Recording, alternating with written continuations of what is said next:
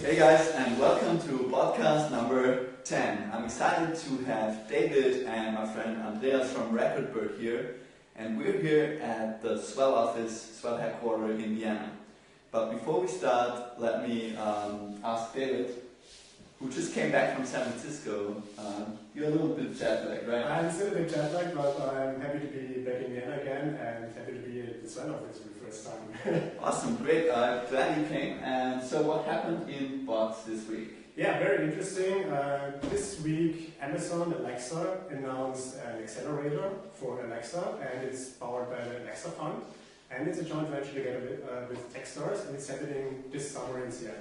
So that's really interesting. And the second thing is, as some of you probably have seen on Facebook today, that Snap actually filed its IPO today. And Pete, I want to ask you a question. Do you think bots will be a part of Snapchat anytime soon? Well, actually that's pretty interesting. So bots on Snap, so I would love to have bots on Snapchat. And also I checked the Snapchat website and I checked jobs, and actually they're looking for a developer evangelist. So this could be a sign, I mean maybe not, but this could be a sign that they're doing something in this direction. And I think it would just make a lot of sense for Snap to open up for developers, because actually right now they do have a problem with Facebook copying basically all of their key features. In all their apps. In all their apps. So yeah, I think it would make a lot of sense, very restricted, but I think in terms of gaming, for example, or empowering influencers to get a lot of messages to do kind of an automatic answer for that, I think that would make sense. What do you think? Would it be more like, do you think would it be more like kind of like the web view approach, or like conversational approach on Snapchat? I think it should be two things, right? It should be a conversational approach in like the left private chat thing, where you could chat to a bot, like in our case like Swelly, for example, to give you 80 questions where you can answer that. That would make sense, but also in the view where you just basically view a story or view a like full screen video of a brand, that would make so much sense to have some more interactive, some more engaging parts. So this could be bots, for example. Totally. I think a lot of, like, there's a huge opportunity for Snapchat in this area. Yeah. I mean, not even for monetizing, but also for engaging people with brands. So I think it would definitely make sense to open up for developers for Snapchat. So I think actually, like, so here's the thing, like Facebook is empowering small businesses. They're really focusing on small businesses. Everybody should have a Facebook page, a Facebook bot, right? So they make money out of that. But for big businesses, and especially media distribution, and also for influencers, for stars who have a lot of reach, that could be Snap. If they do it right, if they find a way of video bots, or if they find a way of audio bots, right? So that could be a huge opportunity. I think video bots in general is going to be a huge thing. Yeah. And also it's also about the audience, because many of the young people, they are not part of Facebook, the actual Facebook app anymore. Yeah. I mean, most of them are part of Instagram or the Facebook ecosystem, but not of Facebook, the actual app. Yeah. And many of them are on Snapchat. It's like a new way for brands to engage with these customers. Yeah, absolutely. All right, so who's our guest? Welcome. Who are you? Welcome. My name is Andreas. Thanks for having me, guys. I'm one of the founders and the CEO of RecordBird. And we have a bot as well, so I guess that's why we're here today. Nice. All right. Okay. So RecordBird has a bot, and now tell me what it does. It does. So in one sentence, it's very easy. Like we take a look which artists, which musicians you like, and as soon as they drop new music, we send you a message in the bot, which means new music could be a video on YouTube, it could be a track on SoundCloud, or it could be an actual record that they put into pre-order or that they announce. Whatever that's happening, we send you a message, and so you can lean back and you guaranteed that you're not missing out on new music by your favorite artist anymore. Awesome. So actually, that slogan is never miss a beat, and I think that's pretty cool.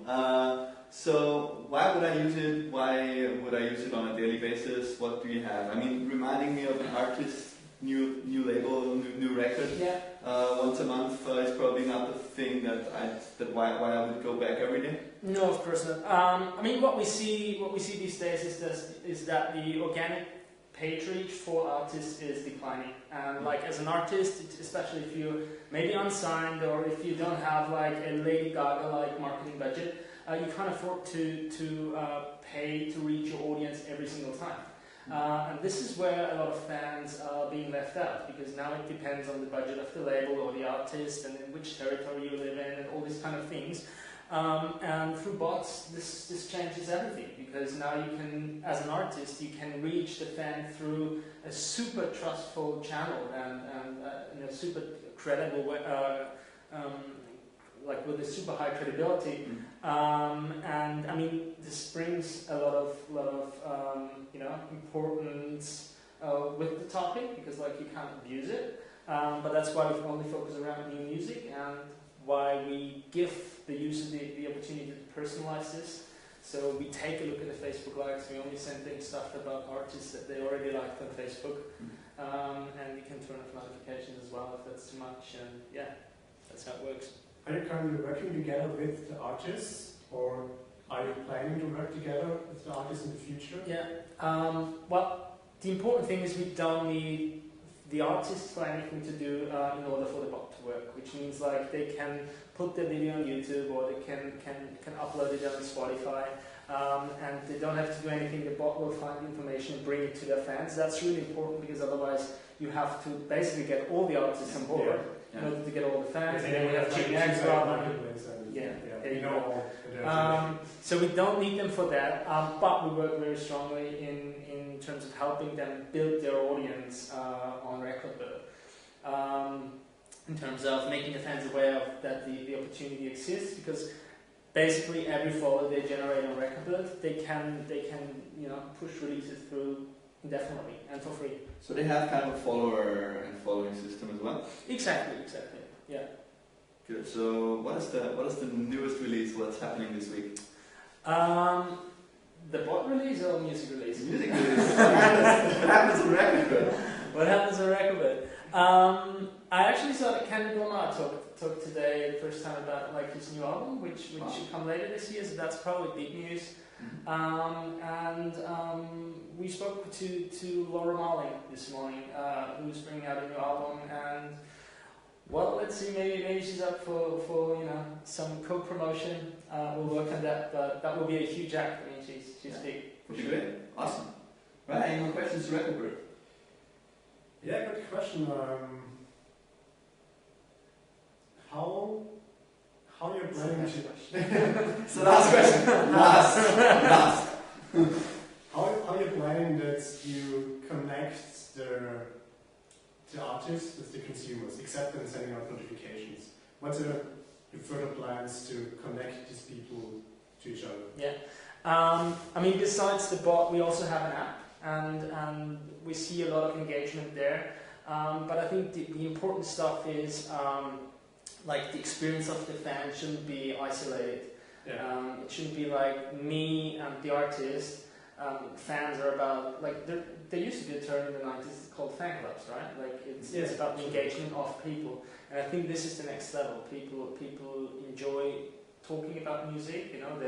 They love it or they hate it, but in any way they have an opinion. It's a very emotional field, and I think this is something that we work harder to bring into RecordBird, to bring more opinions onto the platform. A strong exchange among fans, and then it also brings like more value to the artist, because if you're the talk of town, that's mostly a good thing. So the idea is not only to connect the fans with the artists, but also the fans to each other. Yeah, exactly. Going into that direction. I think we're in the very first steps, and I think it was the last or the one before the app release that started pushing into that direction. But we see a strong increase in engagement. Ever since we launched the first feature into that direction, and people coming back more frequently and on a more daily basis, and so that's the next thing. Yeah. You also mentioned that you had an app before, or that you also have an app. When did you decide to build a bot, and when did you actually launch the bot? Yeah, so we built the first bot, which was very rudimental. We started building it the day after Kik opened up their developer platform. And I think we have... So you were the first bot on Kik? We were the first music bot on Kik, actually. Yeah, that's true.